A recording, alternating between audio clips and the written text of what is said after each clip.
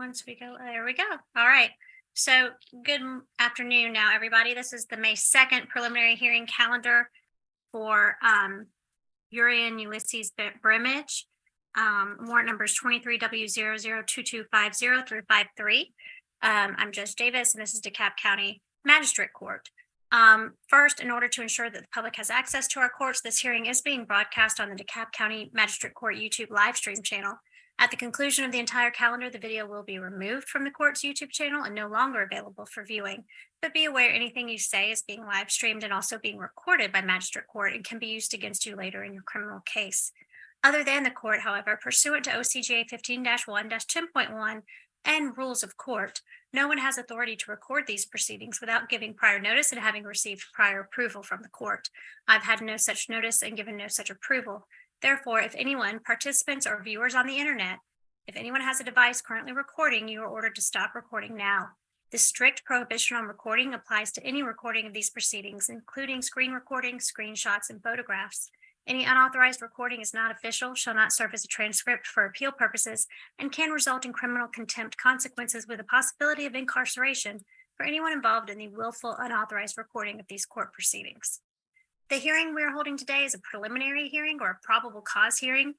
It is not a trial to determine guilt or innocence, but is a hearing to go back and look at the factors that led to your arrest in this case and conduct an inquiry to find out whether or not there's sufficient probable cause justifying the warrants you were arrested for. Probable cause is a much lower standard than the trial standard of beyond a reasonable doubt, and the state has the burden of proof and will call witnesses to testify about the underlying incident for the record. Once they have done that, your attorney will have a chance to cross-examine their case and any testimony and evidence. Once the testimony is finished, I'll make a decision as to whether there's enough probable cause to support the charges against you. The results here do not necessarily determine whether you are found innocent or guilty at a later trial. And even if the charges are dismissed today, the state may still elect to proceed with formal prosecution in your case. If the court finds there is sufficient probable cause to support the charges, your case is bound over, where the prosecuting attorney's office will review the charges and decide if they will draft formal charges via an accusation or a grand jury indictment. If your case is indicted or accused, the case goes to the trial court, which is superior court for any case with a felony charge, or you will get an arraignment date set to have your first chance to enter a plea in this case and request a trial date if you wish. You should have been informed of your rights in any criminal proceeding at your first appearance hearing, and you are represented by an attorney here today. But I need to remind you that you have the right to remain silent and not to testify at this hearing or at any later stages of the case. No conclusions will be drawn against you from your silence. On the other hand, you may testify if you wish to, but you should seriously consult with your attorney prior to doing so. That testimony would be taken under oath, you would be recorded, and you would likely be questioned about your testimony by the state, who can then use that testimony as evidence against you both here and at trial. The offenses and the warrant numbers that I listed that you are currently charged with are violation of the Georgia Controlled Substances Act, possession of a Schedule I controlled substance, possession of less than an ounce of marijuana, violation of the Georgia Controlled Substances Act, possession of a Schedule II controlled substance, affixing materials that reduce or increase light, transmission, reflection of window shield, so a windshield violation. And those are the warrants that were issued against you. Mr. Cowan, are you waiving a formal reading of those warrants into the record? Yes, Your Honor, we will. Okay, thank you. So your attorney's waiving a formal reading of all the particulars of the warrants into the record at this time, and they should have been gone over with you before the first appearance hearing as well. So based on that, at any point during this proceeding, if you need to consult with your attorney, just raise your hand calmly to get our attention, and we will pause the proceedings, place you in a breakout room, which is not broadcast live, and we are not party to. Only the parties in the breakout room can hear what's being said and see what's happening in those breakout rooms. Once you've had a chance to talk, you will be brought back into the main session and we will continue the hearing. Okay. So at this point, I would just ask the attorneys to announce if they are ready, and please announce your names for the record so that we have you listed. Good afternoon, Miriam A. Broussard for the state, and the state is ready. All right. Thank you, Mr. Sard. Judge Miles Stephen Cowan for Mr. Brimage. All right. Anything we need to take up? Don't believe so, Judge. All right. Thank you. Okay. All right, Ms. Broussard, you may call and swear your first witness. Thank you. Detective, can you please raise your right hand? Do you solemnly swear or affirm that the testimony you're about to give shall be the truth under penalty of perjury? I do. Thank you. Please state your name for the court. Detective Wilkerson, Where are you employed? DeKalb County Police Department. In any particular unit? Currently assigned to the Narcotics and Vice Unit. How long have you been with that unit?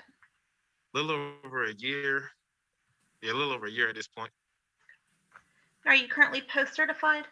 Yes. And were you post-certified on the incident date? Yes. And did you have the opportunity to investigate the defendant? Not himself. The circumstances surrounding the incident. Okay, what were the circumstances surrounding it? We were watching conducting an investigation on a drug location complaint that we received through our anonymous tip line where there was suspected narcotics activity being conducted. And so when you were conducting the surveillance, how did you get involved with the defendant? He arrived to the location in a Nissan Rogue, very dark tinted windows. I observed him get out of the vehicle, walk into the residence empty-handed, and then he came back out with packaging that people typically use to package mainly marijuana in. He gets in the vehicle and leaves the location, and that's where the uniform units took the traffic stop. And to the best of your knowledge, what was the time frame between the defendant leaving the area where that was being surveilled and the traffic stop? Collectively, I would say, and couldn't have been any longer than maybe 3 minutes. And do you know why he was pulled over? Dark tint.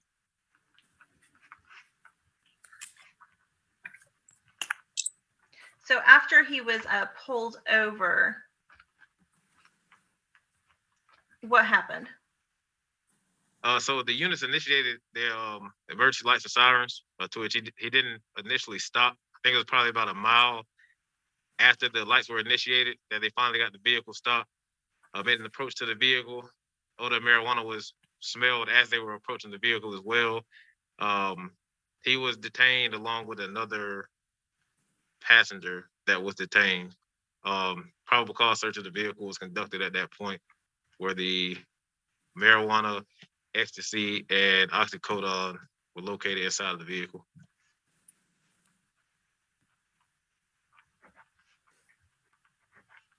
Do you know how much marijuana was found in the vehicle? I believe it was approximately 10 grams.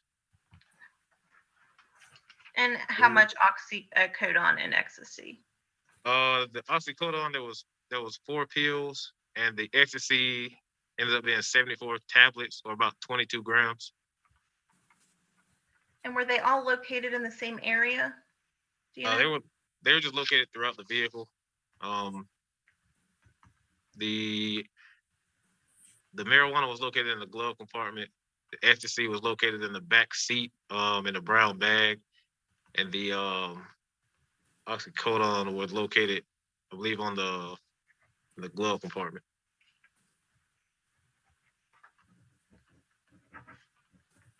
So when did you learn about the drugs that were found because of this? I was notified after the traffic stop. And after the traffic stop, were you the detective who took out the warrants? Yes.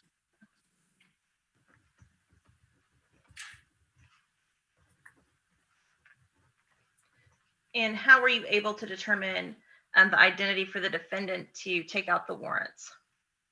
When he was stopped, they retrieved his identification. They ran him through NCIC, GCIC, and that information was forwarded to me as well. And is that the information you used to obtain the warrants? Yes. And was the incident location in DeKalb County? Yes.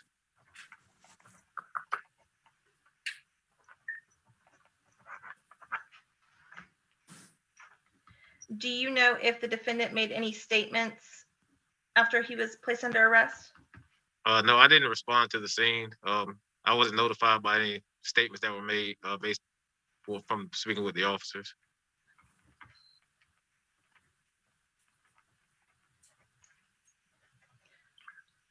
Now, you mentioned that you observed him walk into the home empty-handed, then came out with a package. What type of packaging was it? It ended up being like I don't want to say plastic, but maybe I'll say plastic, like a plastic packaging, had Chubbs on the front of it. It was red and black. Then after obviously it was retrieved, the packaging on the back had the respective weights on the back in grams. What does Chubbs mean? Typically just a Yeah. nickname given to different strands of marijuana. They have any kind of name. It's just typically doesn't necessarily mean anything important. Just a name given to it. So you have different names that are given to the different strands of marijuana. Am I understanding that correctly? Yes. Okay. Ms. Broussard, did you say trends or strands? Strands. Strands. Okay, thank you. And is that the same packaging that was found in the vehicle? Do you know? Yes.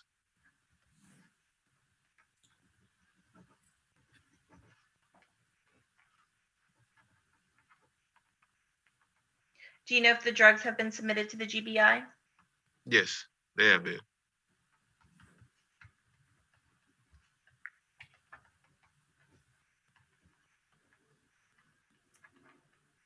And were you the officer, or were you the detective who placed the defendant under arrest?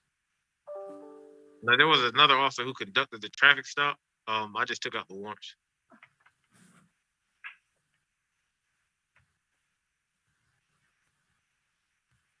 Nothing further at this time, Your Honor. All right, Mr. Cowan, you may proceed with your cross-examination. Thank you, Judge. Detective Wilkerson, who is the officer that conducted the traffic stop? Officer Pierre. Pierre. Yes. Did Officer Pierre write a written report or a narrative? Yes, he did. Are you relying on that today? I have it here, but I'm not relying on it. Okay. Did you read it at some point? Not Yes. during your testimony, but just before you testified? No. You didn't read it before you testified? Prior to today? Yes. Yes. Okay.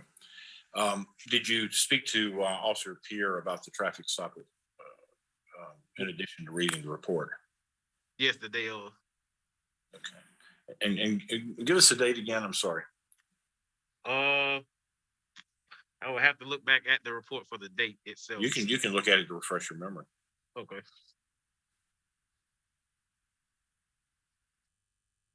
The incident date was February the 10th. Was the passenger arrested also? No.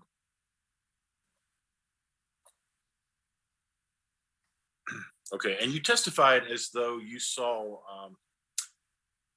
Mr. Brimage leaving the house where the Nissan Rogue stopped and coming back.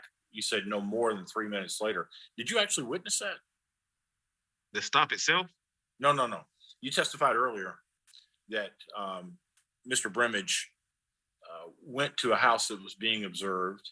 He arrived there in a Nissan Rogue, and he would not have been in there more than 3 minutes, and he returned, and then you described the packaging. Is that because you witnessed that? Yes. Okay. So you were there Yes. at the home that was being the subject of the surveillance. Yes. Okay. So before the traffic stop, you saw my client leave the car, go to the home. Yes. Right. All right. And you testified that the probable cause was the window tint. The probable cause was actually the alleged drug buy, correct? No, he was stopped for the window tint. I understand that, but the probable cause, you would have pulled him over whether he had a window tint violation or not, would you not? Judge, I'm going to object to that question. It's asking the detective to determine what he would have done if the facts weren't what's before the court. Well, he's an expert judge. I don't know if he's been tendered as an expert. The state didn't ask. You me for can it. ask him about the basis of the probable cause, but speculation as to what he would or would not have done may run into speculation if nothing else. Okay, so it's your understand. Thank you, Judge. So it's your understanding, Detective, that my client was pulled over for a window tint violation by Officer Pierre, but you didn't have anything to do with that, correct?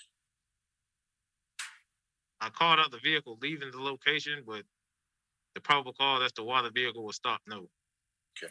Describe the window tint. You took a warrant for window tint, correct? Yes. Okay. Describe the window tint and what the or how that failed to conform with the legal amount of tint that a window can have in Georgia. So based off what I observed as well with the vehicle arriving, you couldn't tell how many occupants were inside of the vehicle. Based on what I was seeing, there wasn't much light that was permitted to enter inside the vehicle. So I couldn't tell if it was just him alone or if there was a vehicle full of people or not. And that was in the afternoon. Yes. What was the weather like that day? Clear skies, the sun was out. So you're saying that the window tint on that car, in your judgment, violated the statute in Georgia for the amount of permissible tint? Yes. There's also you're also not permitted to have windshield tint on the vehicle. And you're saying as in the entirety of the windshield is covered with tint. That's not permitted at all. and is it your testimony that that was the case with this Nissan? I did observe that, yes. I'm sorry? I said I did observe that, yes. Okay.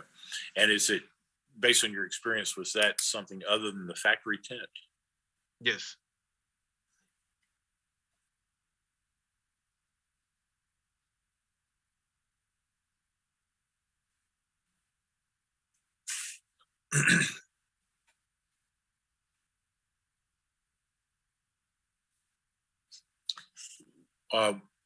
Were you working with a confidential informant when you were working this surveillance? No.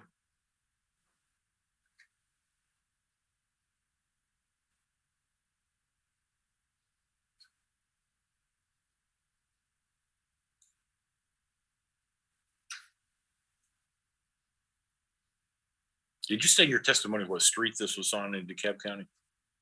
I'm sorry, say it again. Did you state in your testimony what street this was on in DeKalb County? As far as the location that I was watching, Yes. no, I don't believe it. I don't believe I placed it in a report. Okay. What was the location? It was 2157 Doors Drive. Doris Drive? Yes, That's in South DeKalb County? yes. It's kind of South DeKalb, borders East Atlanta. 30032? 30032. Is that right? Yes.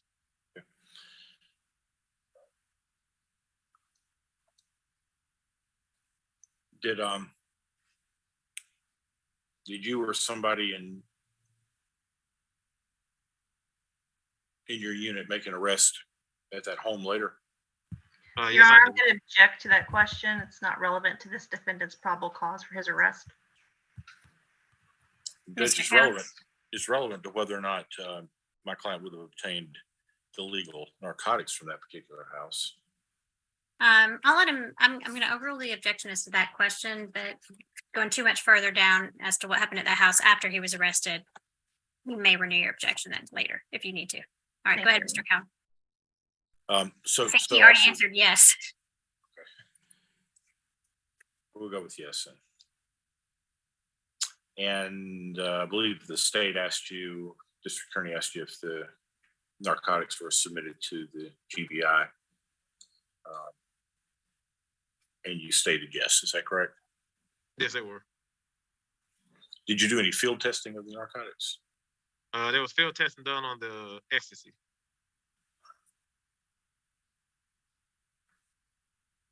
Did you do it or did somebody else? I did.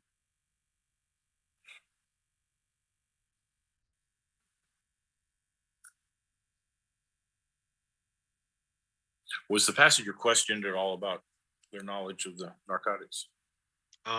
As I didn't respond to the traffic stop, so I'm not 100% sure. There was no question on my half as far as the passenger goes. And nothing in the narrative that you read in preparation for the hearing? No. All right. Thank you, Detective. That's all I have. Thank you, Your Honor. All right, Ms. Broussard, any redirect? Briefly, Your Honor. The ecstasy, what was the results of the field test? It field tested positive for MDMA. And based off of your knowledge, training, experience, was the oxycodone that you observed, was that consistent with narcotics? Yes, we use a pill identifier to figure out what pills were based on the markings. The pill identifier did identify it as oxycodone.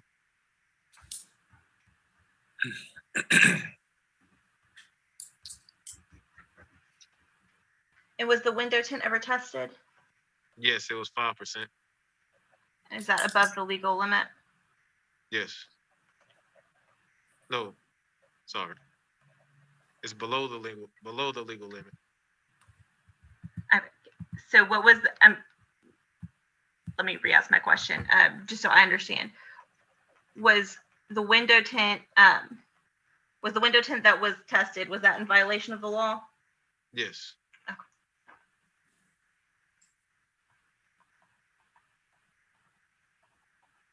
Nothing further, Your Honor. Anything else, Mr. Cowan, on Just briefly. cross? Yeah, Just- go ahead. Just briefly, Detective, is it your testimony that 5% exceeds the legal limit in Georgia? The legal limit in Georgia is 32%. Anything below that is illegal. Wouldn't you mean anything above that?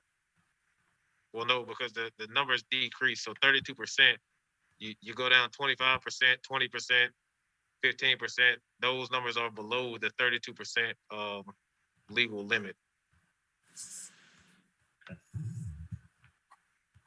I find that confusing, but wouldn't that be less tint than as opposed to more tint?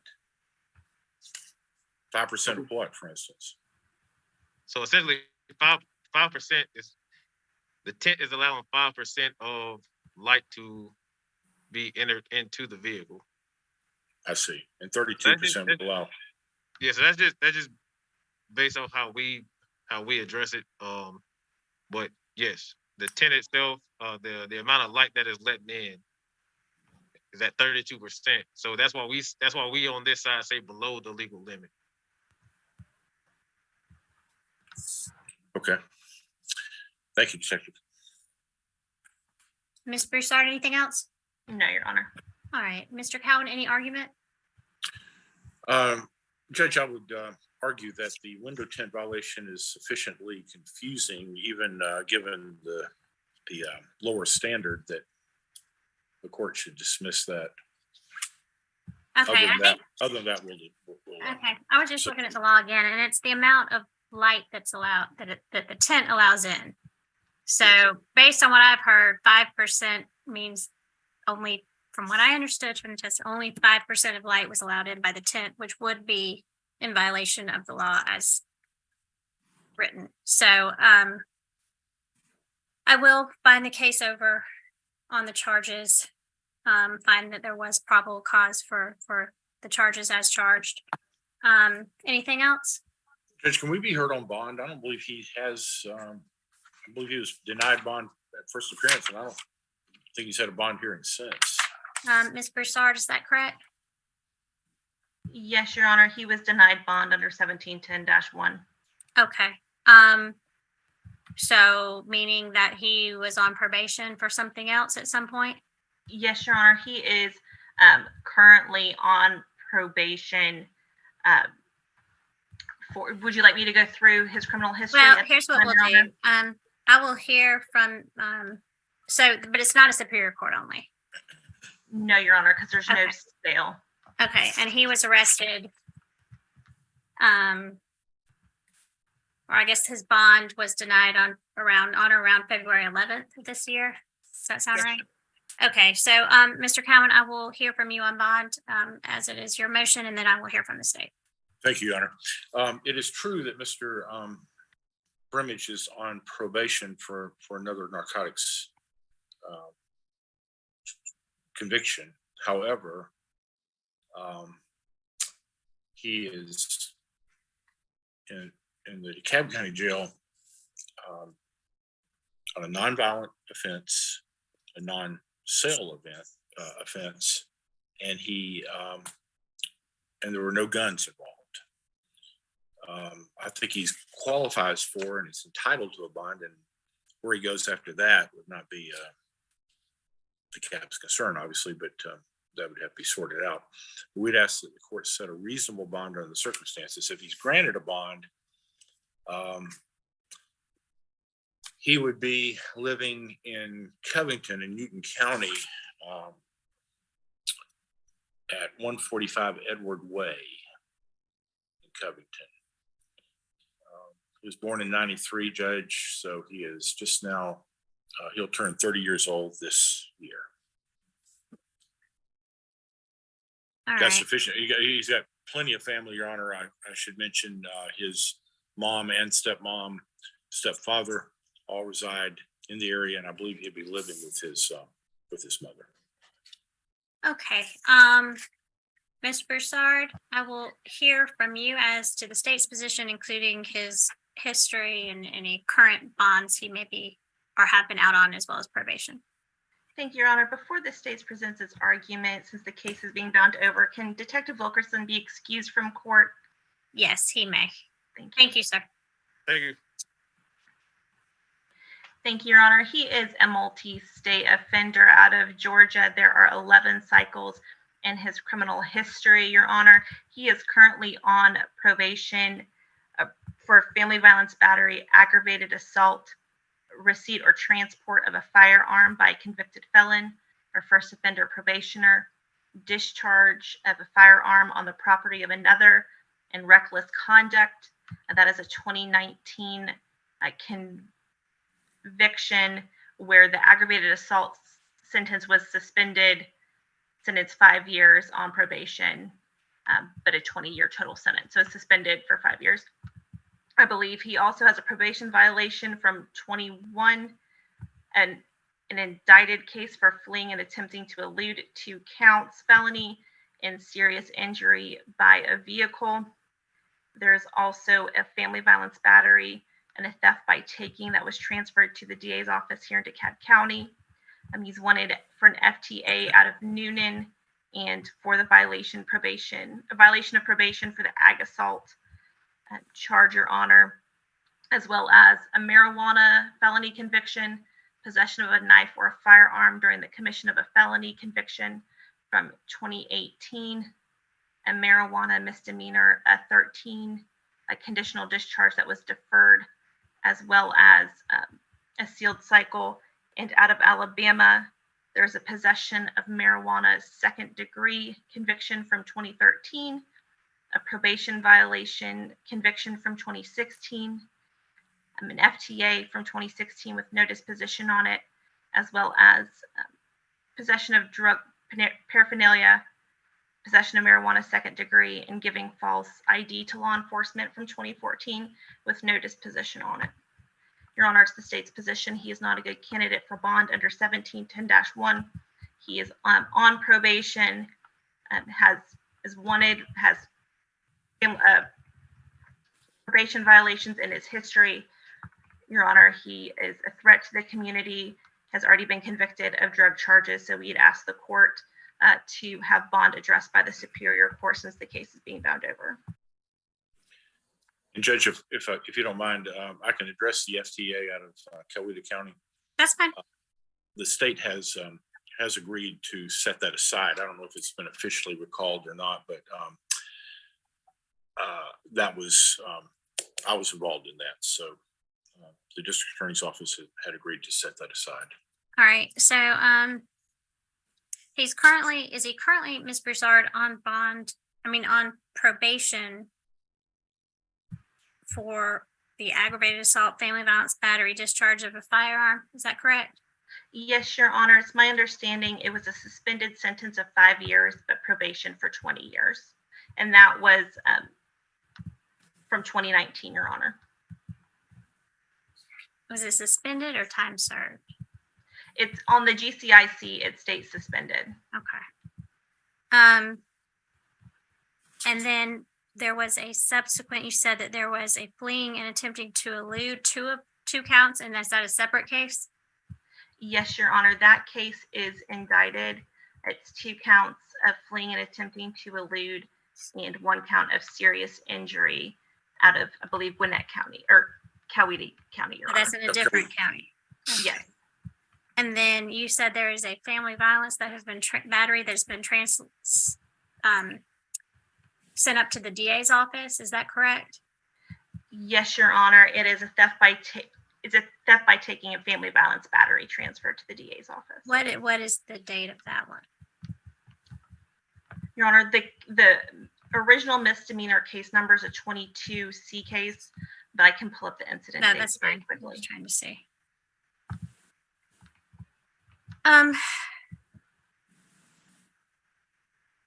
And the fleeing and attempting to elude is, what year is that? I believe that is from 2022, Your Honor. I believe it was Judge, indicted it should in be- 2022. Yes, Judge, it should be 2021, November of 2021. Okay.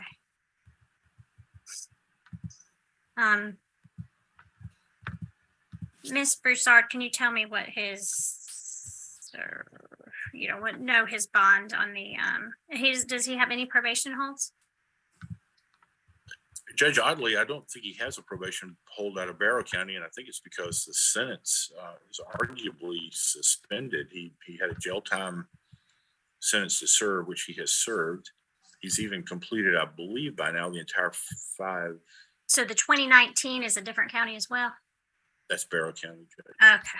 Your Honor, I'm seeing foreign warrants out of Coweta on the jailing in Odyssey. You're seeing a foreign warrant, Yes. but that's Coweta. Yes, Your Honor. And that would be the FTA, should be the FTA that I believe is being set aside by agreement. Okay. All right. Well, it's been 2 months. And this one is not a crime of violence. So, but I do find, I have some serious concerns about his number of cases. Just 1 minute. Let me see. Judge, I should have added that obviously my client would agree to whatever conditions would satisfy the court's concerns about his whereabouts. And he's also fine if the court has any reservations about him driving. I think that's With a probably, special- I'm not with a sure special- that I'm not sure those would address the concerns I have about just committing new crimes in general or getting arrested for them. So here's what I'm gonna set. I will set a bond, but it's gonna be a high bond because at this point, because I think he's been in jail for 2 months on this case. It doesn't appear that, I'm not sure what's going on with his probation or the other cases. Let me look the charges.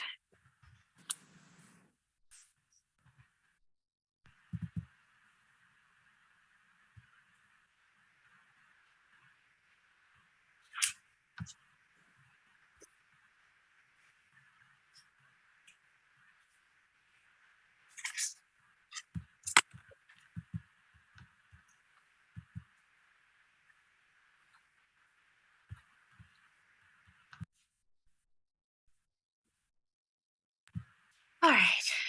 So I'm going to set bond, given his history and number of pending cases, at $15,000.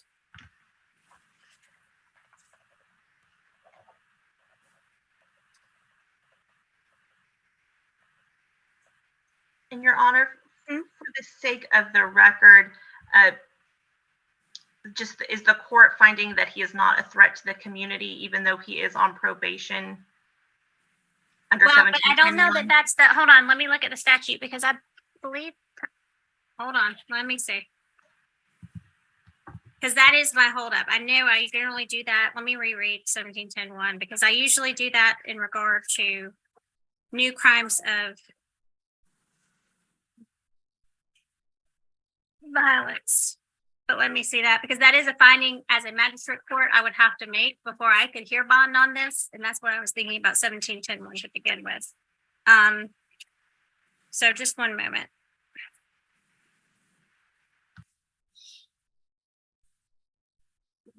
All right, if he is currently on bond, no, on probation for any criminal offense. And Ms. Broussard, your assertion is that he is on probation. Is that correct? In that 20-year sentence? Your Honor, that's the state's position. It is a suspended sentence, but it is a 20 years, 5 years suspended, 20 years probation. So the probation your assertion is he is still on probation. Okay, since he is now charged with a new felony, he does not have an automatic right to bail under 1710-1. And I have to, before a magistrate court can set bond, I must conduct a hearing and determine that he does not pose a threat to the community. That's an additional step put on magistrate courts that the Superior Court judges do not have. I know I was considering bond, but I was not fully contemplating 1710-1.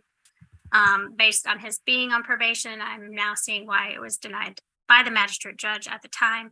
So what I'm going to do, I'm just going to deny bond. Okay. I will let you all, sir, your attorney can file a bond before Superior Court. Certainly, if you are not indicted within 90 days, you're entitled to bond, but he can go ahead and file a motion before Superior Court, and the Superior Court judge can determine an appropriate bond for your circumstances. All right. So I do apologize for any confusion there, but I think, yes, Judge, sir. I understand, but before you dismiss this, I would point out that or ask the court if it's the court's position that the state established by preponderance of the evidence that Mr. Brimage is actually on probation. Out of Bear County, I handled that matter for him, and it was a little confusing even at the time. My understanding is he's not on probation, that the judge suspended the sentence after the time that he served in the state system, or a split sentence. Part of it was served in Bear County and part of it was served in the state system. So when do you say the probation starts? So what? Well, I think it was a suspended sentence, but wouldn't the 15-year probation start once his sentence suspended or not is over? The state says he has a 15-year probation. I'm not aware of that, or I don't remember that. So all I'm asking the court is don't put any weight on what I say. My question is, has the state proven that it's more likely than not that he's on probation? I mean, I've had nothing presented that he's not. So I know you're saying you're not sure, and you're not sure what that suspended sentence, but when I hear a 20-year sentence and that 20 years has not been suspended, that there's 15 years of probation. Can we ask Ms. Broussard just to read again what she's seeing on the GCIC? I know it's confusing, Ms. Broussard, but if you could just read it. That's fine. Sure. Under the Barrow County case, under the aggravated assault charge, it says suspended sentence 5 years, probation 20 years. Then for the a family violence battery, it's a probation of 12 months, concurrent with the prior sentence 360. Then the possession of a firearm is under that same case is probation 5 years, concurrent with prior sentence 360, as well as the misdemeanors also have the 12 months with the same. So even the firearm would be a probation of firearm says probation 5 years. Yes, Your Honor. And you're showing that as a 2019 conviction when the sentence was entered. The sentence was entered on, the sentence date says October 29th, 2019. So, I mean, based on what that's saying to me, I everything seems to indicate he's still on some form of probation in that case. Thank you for letting me. So, no, I agree. And if you find something else out later, you can present that to me or the Superior Court judge if y'all file a motion there. But at this point, I think I'm a bit limited. So y'all can file for bond before Superior Court and be heard there. And that will conclude this.